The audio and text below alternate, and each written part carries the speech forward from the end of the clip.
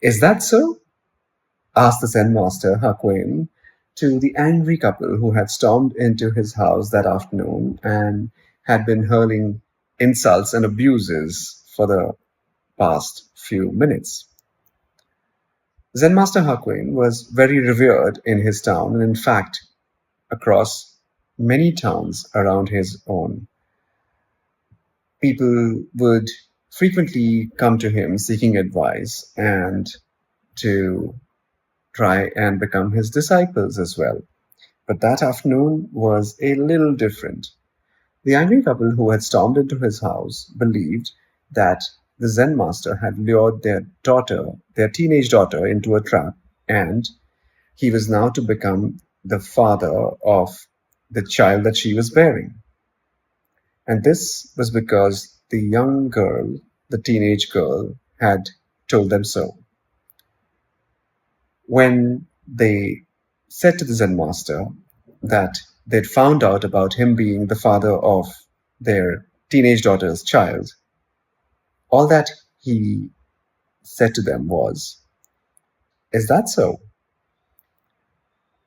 The couple went on to say that they would spread the word across the town and, in fact, across all towns that they could reach, so that no one ever came again to the Zen master, and that he would lose all the respect and following that he'd gained over the past so many decades. "Is that so?" said the Zen master. The angry couple stormed out as angrily as they had come into the Zen master's house. And a few months later, they came back with the newborn child and put the child down in front of the Zen master and said, "We want nothing to do with this child. This is your son. You will take care of him, and we will not hear a word about this." "Is that so?" said the Zen master. By then, the word had spread across the town and across all towns around, and people had almost stopped coming to the Zen master. He smiled and picked up the child, looked at him lovingly, and started working on things that needed to be done to take care of the child and nurture him.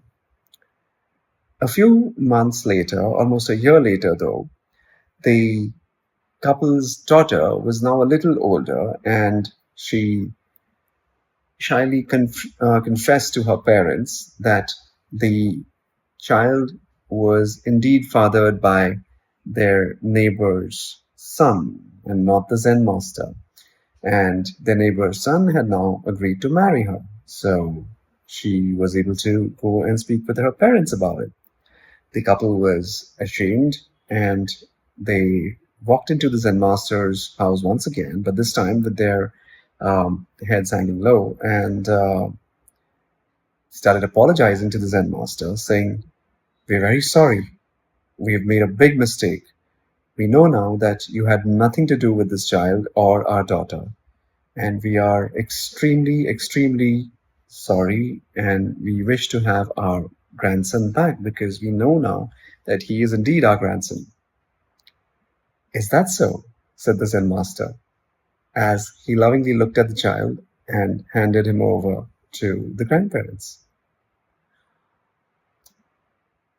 The story of the Zen master is probably a parable that just teaches us that regardless of what happens to us, it could be something very beautiful, it could be something very painful, so long as we choose not to become victims of the event or to even be flowed by something that is amazingly good for us, we are very likely to be able to do what is required at that moment and get by without either being